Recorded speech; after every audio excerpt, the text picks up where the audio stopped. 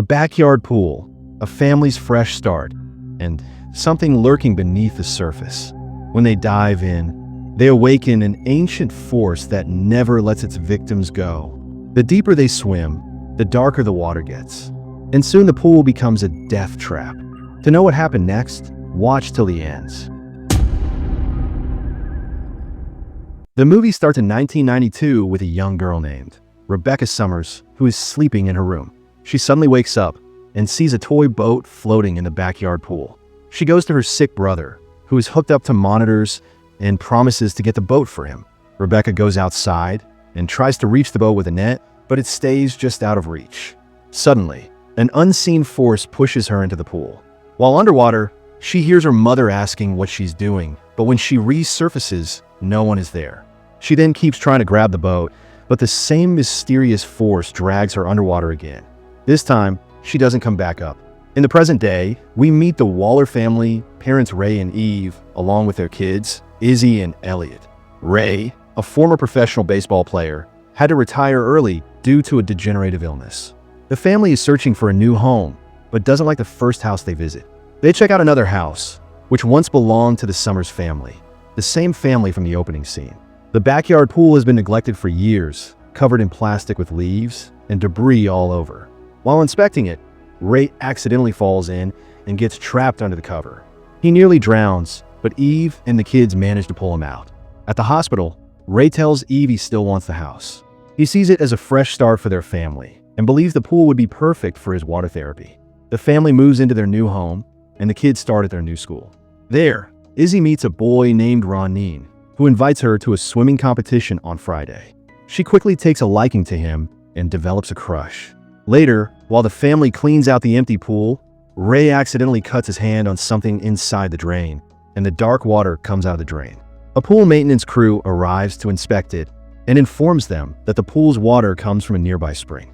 Once the pool is ready, the Wallers put it to good use, and Ray claims to start feeling better from his therapy. When Eve uses the pool by herself at night, she thinks Ray is standing above her while she is underwater, but when she resurfaces, he is nowhere to be found. She then goes to the room and asks Ray. She just saw him outside the pool, but he says she is dreaming. Meanwhile, at the pool, the family cat, Cider, is meowing outside when it sees the same boat floating in the water. The next day, the family discovers their cat goes missing. The only thing left is its collar floating in the pool. One day after school, Elliot goes for a swim in the pool. While underwater, he suddenly sees coins dropping around him. Thinking Izzy is playing a game, he looks up, but no one is there. Then, he hears a girl's voice coming from the drain.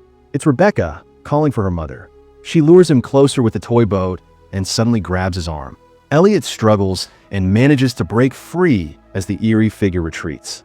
Panicked, he runs to tell Eve, but when they check, there's no sign of anyone. Eve tells Ray about it, but he refuses to believe anything is wrong with the pool. He's feeling better than ever, passing all his medical tests, and even thinking about return to baseball. Brushing off Eve's concerns, he insists that Elliot is just imagining things. That same day, Ray gets invited to a school baseball practice where Elliot is just starting out. The coach asks him to step up to bat and share some tips. At first, Ray struggles. He strikes out and even falls, making for an awkward moment. But on his next attempt, he focuses on the magic water from the pool. This time, he smashes the ball so hard that it shatters the cover and crashes into a floodlight. The crowd erupts in cheers, amazed by his strength. Everyone except Elliot, who watches in shock, feeling uneasy about his dad. One night, while Ray and Eve are out, Izzy and Elliot stay home. Later, Izzy invites Ronan over, and they decide to play Marco Polo in the pool. As Izzy closes her eyes, Ronan suddenly goes silent. She calls out, but there's no response, and then the pool lights go out. Confused and scared, she keeps calling for him, until a terrifying creature grabs her from behind and pulls her underwater. She struggles and breaks free and quickly surfaces. To her shock, Ronan insists she was only under for a few seconds. He further tells her maybe her foot got stuck in pool cleaner. Then, Elliot tells their mom and dad arrive at home. Izzy tells Ronan to leave. He gives her a quick kiss before grabbing his clothes and heading out. The next day, the family throws a big pool party for their new neighbors and friends. While chatting in the kitchen, Eve talks to the realtor who sold them the house and asks about the previous owners. The realtor admits she didn't mention the Summers family or their daughter's disappearance because the Wallers seemed so excited about the house. She explains that after their daughter vanished in the pool, the family never used it again and eventually moved away.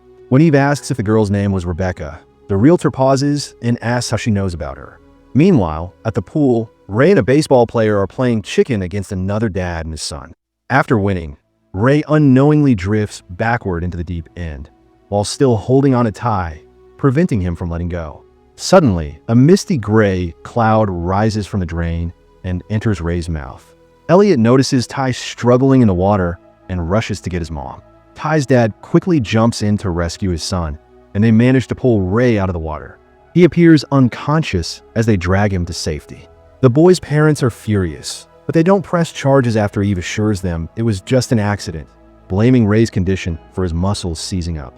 After the neighbors leave, Ray regains consciousness. Eve urgently tells him that something is wrong with the pool, but he refuses to believe her. He insists there's nothing wrong and calls it the best thing that has ever happened to him. Later, Eve does some research on the previous owners and tracks down the Summers family. She visits their home and meets Kay, Rebecca's mother, who now relies on oxygen due to the same illness her son once had. Kay talks endlessly about her son, Tommy, and how successful he is now. But when Eve asks about Rebecca, Kay initially refuses to acknowledge her existence. As Kay grows agitated, dark water starts leaking from her eyes and mouth. She finally reveals the truth, explaining that the pool's water comes from an ancient well, once used for wishes. But in return, the entity in the water demands a sacrifice. Kay had wished for Tommy's health, and Rebecca became the price. Now, possessed, Kay begins vomiting and crying black water. Horrified, Eve realizes that her husband is also possessed, and he is thinking the pool is super good for him. She thinks her children are in danger and rushes back home. That night, Elliot hears what he thinks is their missing cat and heads outside to the pool. Spotting a giant floatai, he climbs onto the diving board, believing the cat is inside. But the floatai is empty, and Demon appears and takes him into the water. Suddenly, the pool cover starts closing, and ghostly hands emerge from the depths.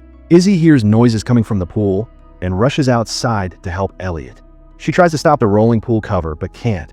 Moments later, Eve arrives and desperately attempts to stop it as well, but it won't budge. Realizing they need more help, Eve tells Izzy to get Ray. Izzy quickly runs inside to find him while Eve continues struggling to save Elliot. As Izzy goes inside, a possessed Ray starts to attack Izzy. She fights her father while Eve jumps into the pool to save Elliot, but finds herself going deeper and deeper down into what seems like a bottomless pit. She finally manages to locate Elliot, and as she is about to bring him to the surface, the other spirits of the pool's victims, including Rebecca, start trying to pull them under, but Eve fights her way out to save Elliot. Inside the house, Izzy hides in a room, but Ray isn't there. Meanwhile, Ray, now fully possessed, goes to the pool and attacks Eve and Elliot. He grabs Eve by the throat, choking her and nearly killing her, until Izzy arrives and strikes him in the back with a baseball bat. The hit snaps Ray out of the possession, and he starts vomiting black blood. At the same time, Elliot regains consciousness. However, as they try to take him to the hospital, the entity begins attacking him from within. Realizing the entity won't let them leave without a sacrifice, Ray makes a heartbreaking decision. He walks into the pool, willingly offering himself to save his family. As the entity takes him, Elliot is finally freed from its grip. Afterward, Eve discovers a video camera with a recorded message from Ray, where he tells her and the kids how much he loves them. Instead of moving away, they decide to stay in the house to ensure no one else falls victim to the entity. Together, Eve, Izzy, and Elliot bring a crew to fill the pool with dirt, burying it for good. In this way, movie ends here. Thanks for watching. Like and subscribe for more interesting movie recaps.